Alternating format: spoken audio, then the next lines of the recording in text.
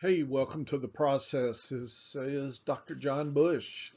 Lesson 83. This is a continuation of Lesson 82, where I went through the first 16 teams, looking at away and home games versus their rushing and passing uh, analysis here. And this is, of course, part two. This will be the next 16 teams. We'll just kind of go through. I make comments. This is one of those lectures, like many, where you probably need to go through it again and actually look at the data.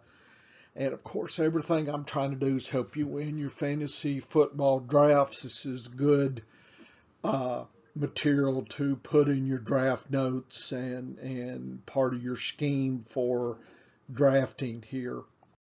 And so looking at 2016 to 2020, rush attempts versus pass attempts in home versus away games, basically is the what is the team like at home versus away as far as that rushing passing mix here. So just probably this may even be more important for daily fantasy sports as well if we find some extremes. Okay, we'll continue. Here's Kansas City. And again, we have scaled average rush attempts per game here, first column. And so this is overall rushing, okay, scaled to the average. So anything below 50 is below average. Here is the scaled average of passing attempts per game. Obviously, anything above 50 is above league average. So that's the whole point of scaling, is you know exactly based on the metrics where the team stacks up against the league. And then I further broke out the rushing and the passing by home, scaled home versus scaled away, and here's home and away passing. So this will be the tabular format for all the remaining teams here. So let's take a look at Kansas City. The last couple of years looks like they don't like to rush at home at all, but surprisingly they do hit about average rushing. So that's interesting. They flipped the switch and become a different team. With that said, they are high. Last year was 77, 78 out of 100. So very high in passing, and a home was around 70 and 75. So they just at home pass very little rushing, and away they give you much more rushing, but still hit the passing hard as well. So they really pummel down on their away opponents there with the rushing aspects. So the issue for me in drafting, I believe, and most people would be the rushing here. I hate to draft uh, Solaire just for him to be useful only in away games. That sounds that's not good. That's sucky actually. So that's not pleasing to me at all. You kind of get half a running back there, and that's not what I'm looking for at all. Just everybody needs to be aware of that. And there's been a trend, 2019, these are very poor numbers. Notice the away was much better. So that's been the trend for the last couple years here in the rushing. So just be aware. I think I'm passing on him unless it's just a bargain, because I'm getting half a running backs, kind of how I see.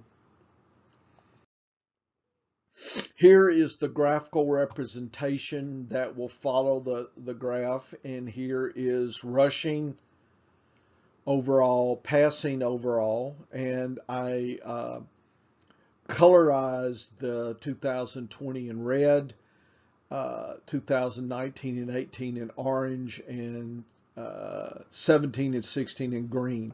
So you can kind of see what's going on. And you can see just overall, they've made their living passing.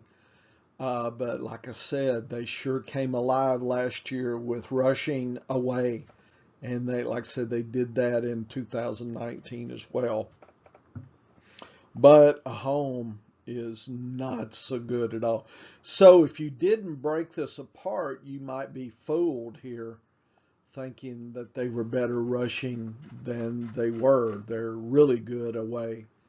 Okay, so just put that factoid down and decide if that affects, your drafts. I'm, all in on Tyreek Hill. I mean, how could you not be? And maybe even whoever the number two uh, wide receiver, and of course Kelsey as well, is going to be passed.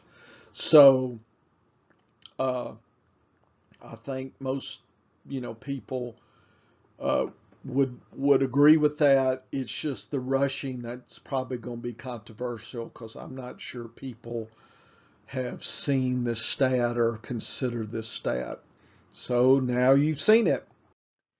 Here are the Chargers. Lots of shakeups going on in the Chargers. Hopefully getting Eckler back, and Eckler's used much more in away versus home, at least when he was there last year, and the other ones as well.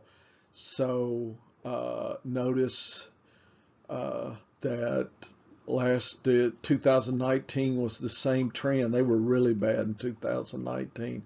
So they kind of came up in the rushing and passing. It's all about the home games. They fall below average on away. So when you're taking Keenan Allen, just realize you're getting average passing away. So half his games are going to be average passing attempt games. So hopefully he's going to get a lion's share, and that's going to, make it worthwhile. What I would be worried about would be Jared Cook and anybody past Keenan Allen there. Okay, again, I'm not sure people are aware of the skew, and look at 2020 really skewed that they were running away and passing at home. Kind of, if you have to call it that. Okay, I mean, it was just not either or, but it's definitely skewed to the rushing away and the passing home. So if that continues, just be aware in lineups and things, at least early on, early in the season. This is good to review this as well. Obviously, we'll be looking for any data that would break this pattern. Okay, so that's the Chargers. Here it is again, same thing. Passing home, passing away. Boy, running at home versus rushing away. Very, very distinct patterns here from 2020. So, and Chargers have made their living from passing much more than rushing over the last 5 years or so. So just, that pretty much shows that's the name of that tune. The Rams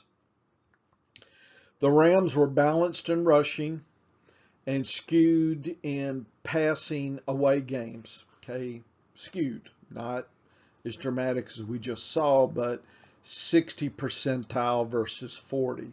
So below versus above average here. So just be aware. I guess they're rushing at their home in the defense and everything, so they don't need to pass. But away games, probably it's more competitive, so they're having to pass more in those. So again, everybody's talking about Woods and Cup and things. Just be aware there's that trend to shut them down at the home and open them up on the away. So just, we would love to see, you know, nice numbers across the board. The rushing, Rams doing well in both, so that's good for the rushing crew there, that they're used home or away. It doesn't matter. So I'm liking that from 2020. The year before, was the Gurley still there? It was sucky, but still balanced, but just about half of what it was in 2020. Here it is. Well, notice the rushing over the passing. Okay, so 2020 was skewed to the rush, less so to the pass. So just be aware that picking some of those wide receivers, this is not the best pattern you hope for if you're spending a lot of draft capital on the wide receivers there. Uh, I would love to see it much better, like 2019 was better. Okay, so just be aware of that for the Rams. Uh, the Raiders, Las Vegas Raiders. Here we go. Uh, looks like they're fairly balanced in rushing, away or home, and very skewed passing only at home. They pretty much surrender passing in away games. So I know people are taking some flyers on the Raiders wide receivers. Be aware that part of the issue is that trend of not being used away games. So that's like half your games. That sucks, having half of a wide receiver there. Rushing looks good, but there's obviously, they got Drake with Jacobs, so yeah, they're rushing, but now they're trying to split things up some, I guess. So that would worry me. I'm kind of worried overall about the Raiders here, given what I'm seeing of these patterns here. And whenever they're doing, they're just barely above average, right? 50% is average. So they really drop down. And, if you look at the overall numbers, average and a little bit above average. So they're kind of a ho-hum team to begin with. So be aware of that. Uh, Rushing was more dominant than passing. So, you know, the Raiders wide receivers are definitely flyers there. If you can figure out who's going to lead the team, that may be still worth the draft capital. But I wouldn't draft too deep into that wide receiver group here.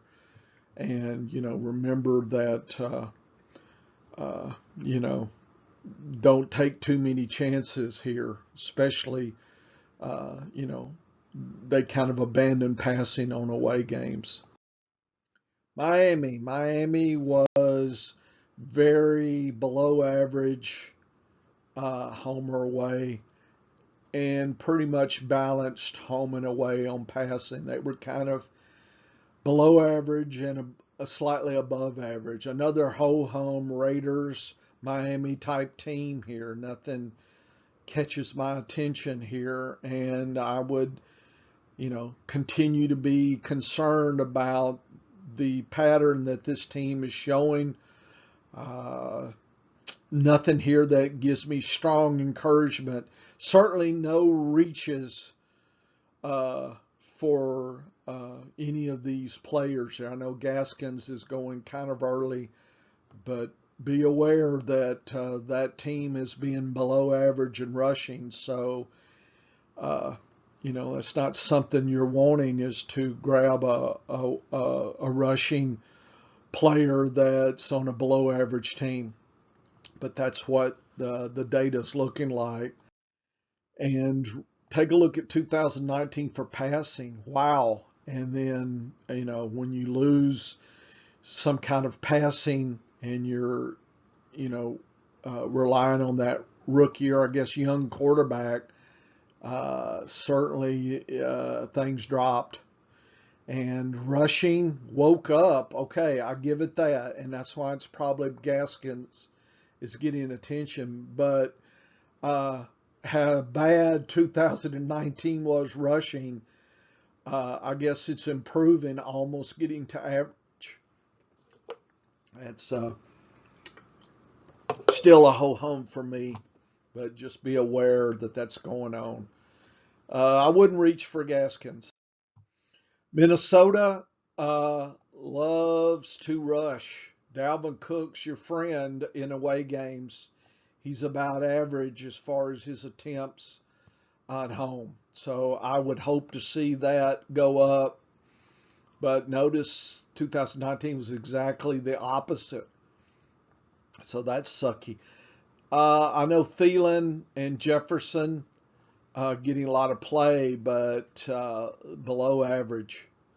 So that really, doesn't inspire a lot of confidence. And I think that's why the ADPs are a little lower for those guys than before. And 2019 was a passing disaster for Minnesota here. So hopefully we'll see what 2020 will do. But I guess you're going, Cook's going to give you some great games away and maybe average, so he's probably worth his capital. But I'm concerned about the passing side. Take a look at that.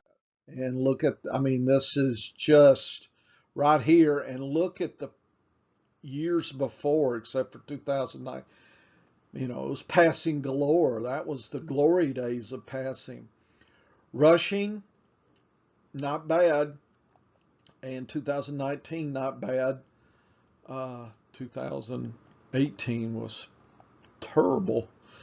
So hopefully Cook can balance it out between home and away, but the passing continues to give me big concerns based on 2019 and 20. Be aware of that. New England, rush, rush, rush, because look at the passing. Oh my God. They passed a lot more away at the 30% versus, did they even pass it all at the home? It's bad.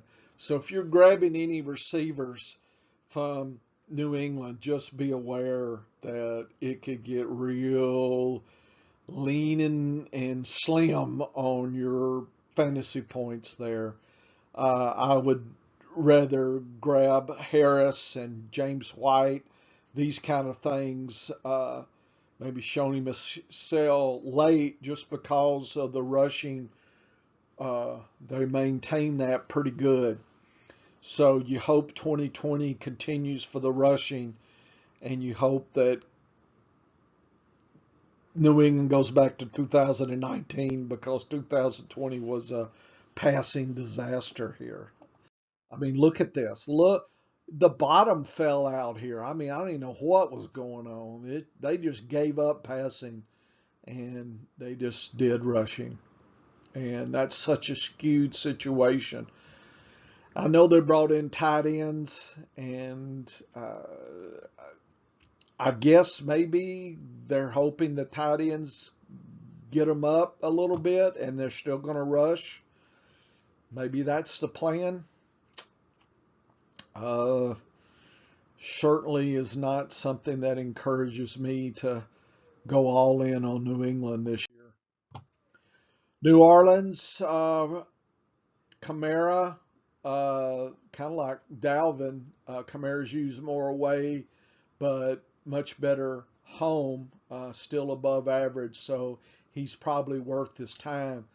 Michael Thomas wasn't there pretty much, and you can tell there wasn't a lot of passing, so that worries me about the depth of the wide receivers there in New Orleans, other than Thomas. I'm assuming he's healed, and in this maybe we'll get back to these numbers. They're not great numbers, but better than 2020. So a little bit concerned about Thomas, K, uh, Murray, and Kamara. I'm pleased with. So I'm just worried about any kind of lean depth in New Orleans. I know people are hoping the tight end collects things, and I don't know. That's a double question mark for me on what's going on in New Orleans and who's the quarterback. Are they going to have Winston? Are they going to flip Hill in and out? I just don't know. It could be a cluster in passing. And that's going to put pressure on Kamara to do more, and he could end up being injured. So I'm trying to grab Murray wherever I can. Just this may put pressure on, Kamara's a year older, and the pressure, and it could, he could be overextended and used. Be aware. Passing, bottom fell out here in 2020. Rushing was fine, and we can live with that. But deep worries about the New Orleans passing game. Okay, the Giants. So the Giants, let's take a look. 2020, they passed away. Rushed away much more than at home. This was without Saquon. Passing was a little higher in away games, but still below average. So a below average rushing and passing team last year. With Saquon, do they increase their rushing? Don't know. Saquon has questions for me based on the scheme I'm seeing here.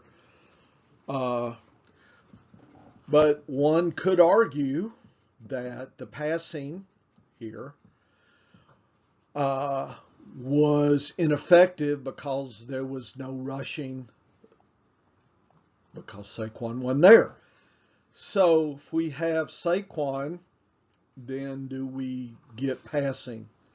I know that doesn't make a lot of sense, but that's trying to figure out is why the drop. And they brought in Galladay.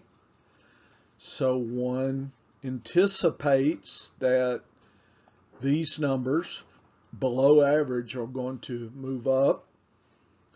And you would think rushing would improve. There's a lot of question marks, especially on the passing side. And that's why the ADPs for the Shepherds, Slaytons, these kind of things, the second tier wide receivers there are real low and late in your drafts.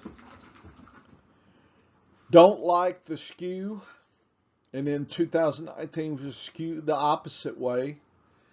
In other words, if you look, there hasn't been balance in the rushing for the Giants ever. Okay, it's all been skewed one way or the other. So that doesn't strengthen Barkley's argument to be 4 or 5 at all for that. Okay, so concerns about passing. Not sure if Saquon, if he's there and is active, does that wake the passing game back up? One hopes so, if you're being optimistic. Passing just dropped down big time. Rushing really was skewed, but opposite skews. So Saquon, I guess the rushing was higher at home, but without him, it was higher away. Uh, Not sure what we're getting with a healthy Saquon. The Jets were below the third of the league, bottom third. A little skewed to rushing at home, a little skewed to passing in a way, but the numbers are not great on either side of the passing or rushing. The Jets have just been going downhill on passing, and I'm not sure what we're going to see. That's why a lot of the Jets wide receivers are not being drafted early. There's confusion about who will even be the rushing. I guess the argument is Coleman will be early and then he'll hand it off to Carter late. I don't know. Who knows what's going to happen? Like I said, a little skewed to the home versus the away, and the opposite skew for passing. Not expecting a lot out of the Jets this year, even if, given some of the situations happening here. Passing was, again, low. Rushing was below average, low. Just kind of ho-hum. Nothing really excites me here with the Jets. Philadelphia, the rushing clearly skewed to the home, right? There it is, 40, but it's below average. And 30 is away. That's even worse sucky. Passing's the only thing that kept Philadelphia going. And they passed at home more than away. So when they had away games, they sucked rushing and they had average passing.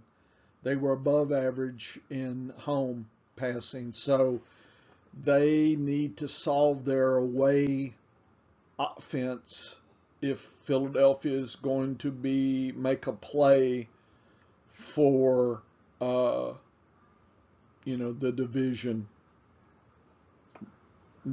Not sure what we're going to see. Miles Sanders, nothing on the metrics strengthens my case for him. I mean, I think you'll get a below average RB. Passing, I think there's some opportunities even late, some of the deeper plays, 60, 70% average. That's not bad. It's just, I don't like the skew of away, but Philadelphia's had that for the last 3 years. They've been skewed to be poor passers away. So I guess that's something to remember in daily fantasy sports. You can see the skew. I mean, not bad. It's above average. It's average. But home, they really love to pass. Rushing, really, the bucket dropped out last year. And, 2019 was much better. Not sure what we're going to get in 2020. Concerned about Sanders. Not sure I've got a lot of shares of him. Do like the concept of average away and above average home. Liking the Philadelphia wide receiver crew. I think there may be some deeper plays in there worth your time. And of course, the tight end here, okay, could also strengthen their hand. So I guess I'm optimistic about passing, pessimistic about rushing for Philadelphia in 2021. Pittsburgh, they got rid of Connor. That's why. Look at that. Very poor. Like the bottom fifth of the league or something. 20%. Oh, that's bad. That's just terrible bad. Almost as bad as 2018. So Philadelphia hasn't had good luck in 3 years, basically. Passing, it was all passing all the time. Look, 95% at home. So Ben was doing lots of work at home, less so on away. So they were weaker on away games here. So I believe that Pittsburgh will be trying to manage their weakness in rushing and soar with their passing. That's what it's going to be, kind of a one-dimensional team. They have probably a pretty good defense, so if that's how they're going to win some games will be their defense shutting the other team down and then them high-flying passing. Underwhelmed on the rushing for 2021. Let's see what this looks like graphically. Oh yeah, take a look. Pittsburgh has made its career out of passing, and last 3 years have been oh so suck for rushing. And I'm just not sure. I know they drafted the new kid. You telling me that he's just going to wake all those up? I think they may tell him one thing, but they're going to scheme for passing. Harris is going to have to show them that they can ease off on passing. But until that happens, I don't think they're going to rest the game on the rushing. Okay. I know people are optimistic. I'm not optimistic until I've seen it. This is show me. But based on the metrics, I'm pessimistic here that for the rushing. Seattle, Carson was kind of below average, Yeah, it was below average. Nothing tells me that will improve. I mean, really dropped out in 2020. Look at that. Sucky. Okay. Seattle did well in 18 and 19 and this floundered in 2021. Passed away, above average, below average, home. Know they have, Metcalf and Lockett. That's going to be the show again. I know Carson's just there to manage it. But nothing here I see, they're going to pass more than they're going to rush. If you look at the overall metrics here. Do remember the away games, they love to pass.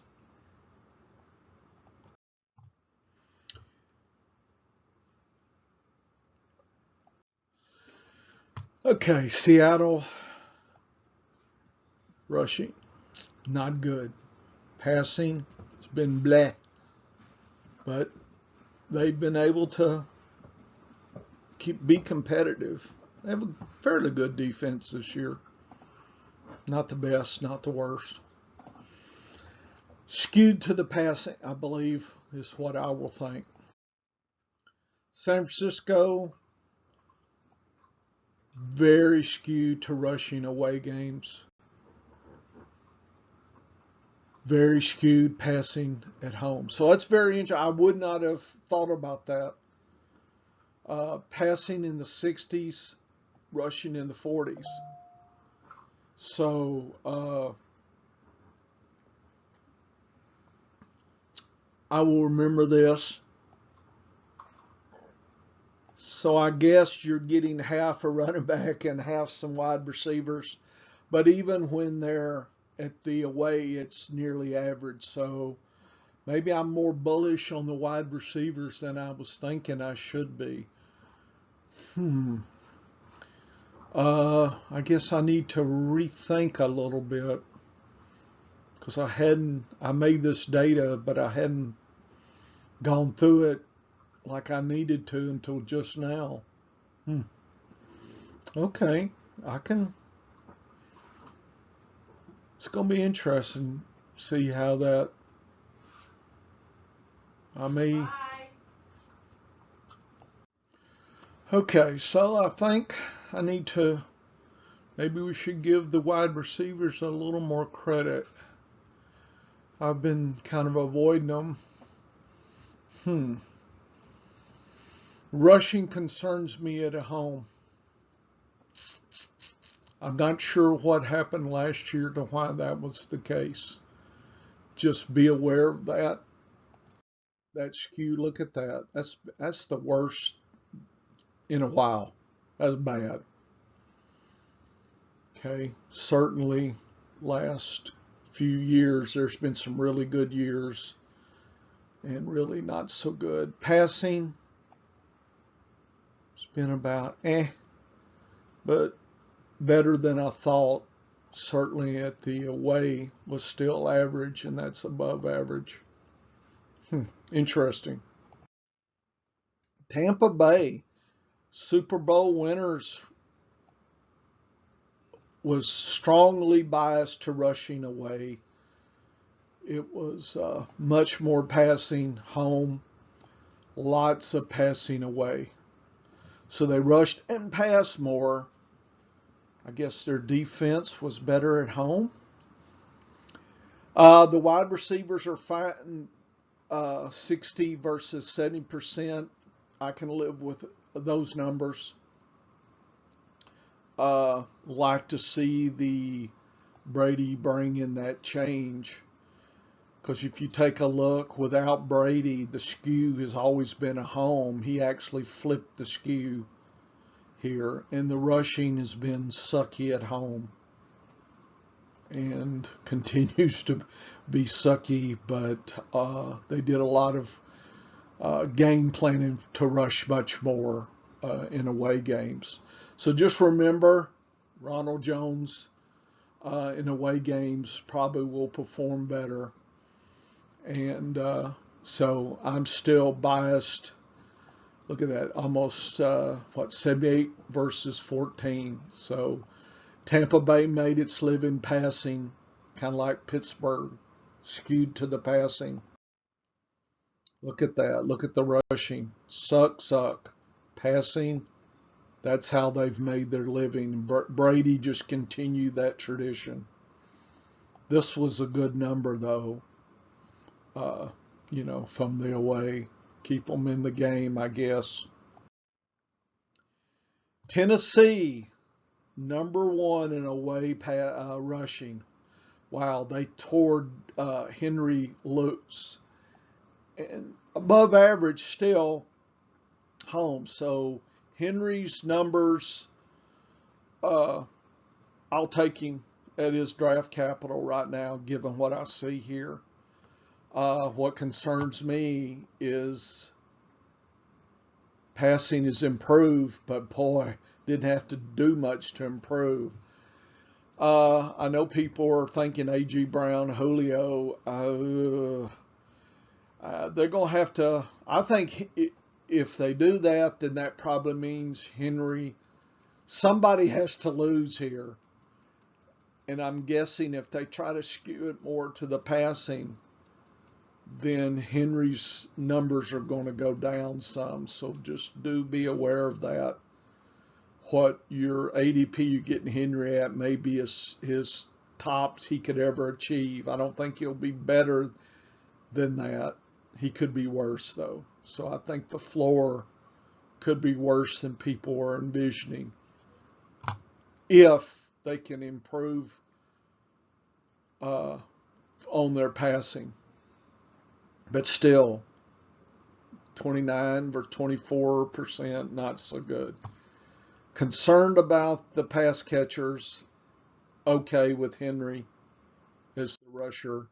I mean, look at the rushing. Not bad. Passing. It's like a wasteland here. Look at that. That is so poor. What is Tennessee doing? I don't know if Julio can rescue the passing. A lot of people are overly optimistic, I think. I would be much more pessimistic and cautious. Just be aware.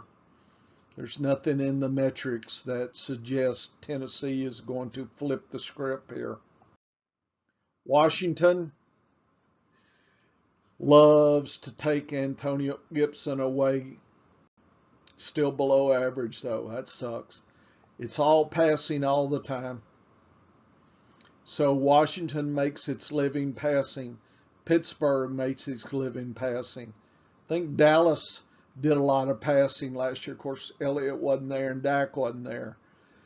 So the Giants, So Dallas can win if they can get their rushing going and keep their passing to keep up with Philadelphia and Washington. But right now, the NFC East is going to be pass happy, crazy games, which will be very point driven for fantasy players. So I think Washington wide receivers are worth your time. Logan Thomas is worth your time. And Gibson is probably worth what you're paying for him. So I'm fairly optimistic about the passing and hope that they can maintain their rushing attack here. Looking forward to see Washington improving more. They really turned it around on the passing side big time. Take a look at that. Really turned it on from 2019. Rushing hasn't been Washington's strong suit. They do better rushing away, by the way. They're 3 years yes, 2 years no. So, high flying, passing, on rushing. So the last block of material is I tried to look overall at some kind of notes. Here's some cheat notes, cheat sheets, rushing, passing, attempt type. And you can look at each team. And I blocked in what each team is as far as colors. So if they are in the top percentile, it would be rushing would be green, light green, then dark green. The next percentile, the next. So we're talking the top 25, above 50 to 75, right? 25 to 50, and then below 25, we see Jacksonville, Houston, and Detroit, the worst rushers here of these guys. Here's the passing are bad. Here's the passing are good. So here's these groups here. So I think this slide is really, I'll take a picture of it with my cell phone and you could print this puppy out, this JPEG out. It's what I use to, in fact, I probably need I used to have a bulletin board and I'd put all my metrics up there when I'm drafting. I need to pull out my board of victory again and put some of this up, instead of me having to dig through all my files to find it. This is neat. There's lots of data here. Fun data. Here's another way to look at it. I broke it by rushing top, above average, below average, and worse, and then what their passing potential is. So I think you can use that as some good cheat notes as well, if you want. Again, you could take a picture, print this out. I tried to break it into sectors here. Okay. Good cheat notes here. And I think I just did rushing versus the passing metrics here. So I actually graphed the rushing in blue and the passing on top of that. So you can see that the Chargers were the best rushing and passing.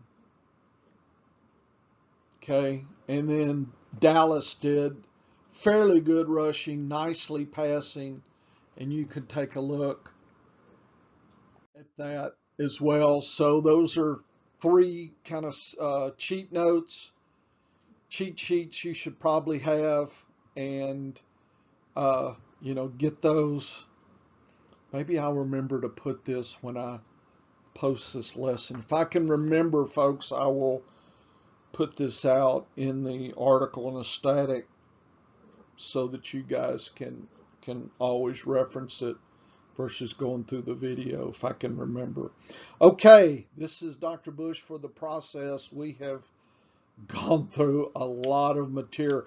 We've gone through more material than most of the other folks do in months. Okay, and I've just whipped it out. There we go. We're having fun. This is the process, Dr. Bush. Come on back. This is extra metric fun for you.